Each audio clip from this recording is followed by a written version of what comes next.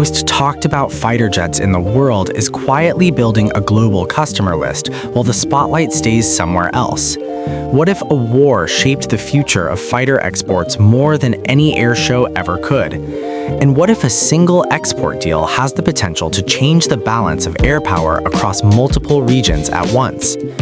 Today, we are taking a deep dive into the growing international interest surrounding Russia's Su-57 and Su-35 fighter jets, the countries watching closely, the deals already happening behind the scenes, and the political pressure shaping every decision.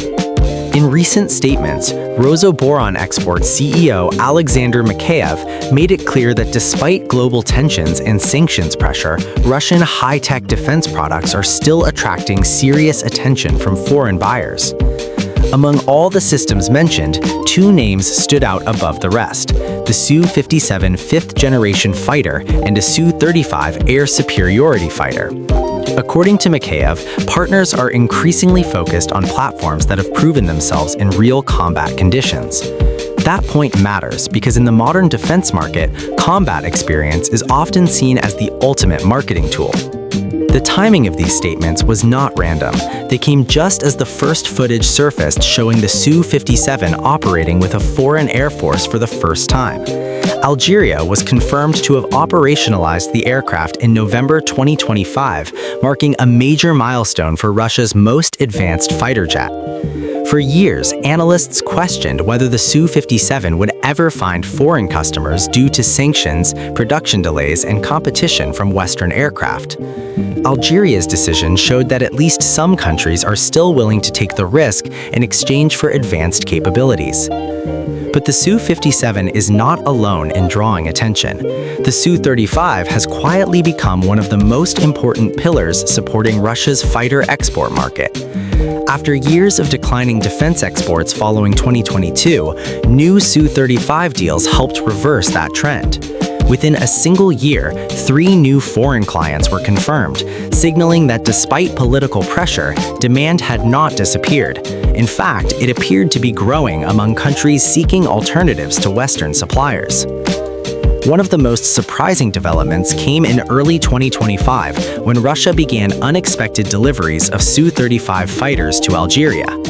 Reports suggested that Algeria ordered around 18 aircraft under a deal valued at approximately $1.5 billion. This move strengthened Algeria's already powerful air force and highlighted its strategy of diversifying its fighter fleet with both advanced 4th-generation and 5th-generation aircraft.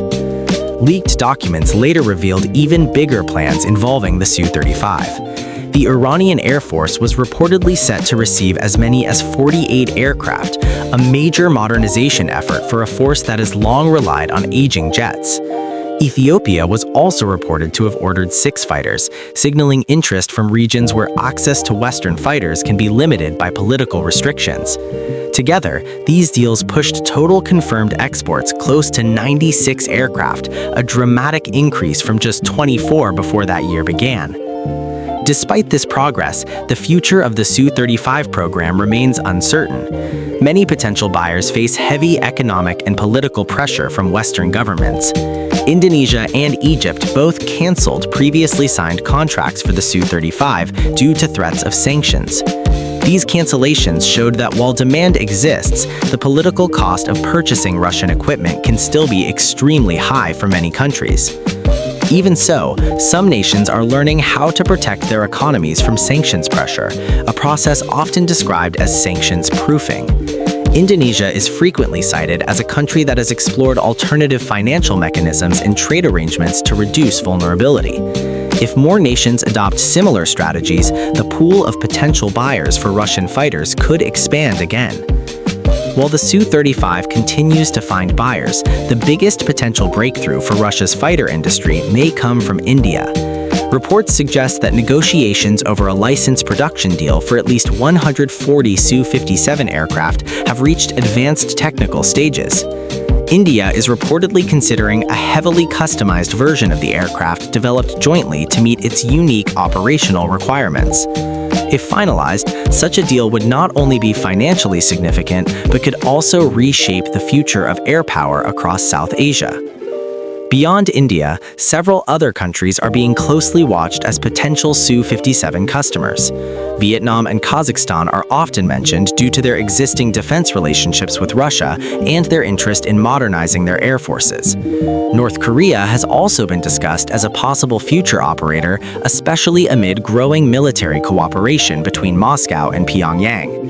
Some analysts speculate that fighter transfers could even be used as part of broader strategic agreements tied to weapons supplies and defense partnerships.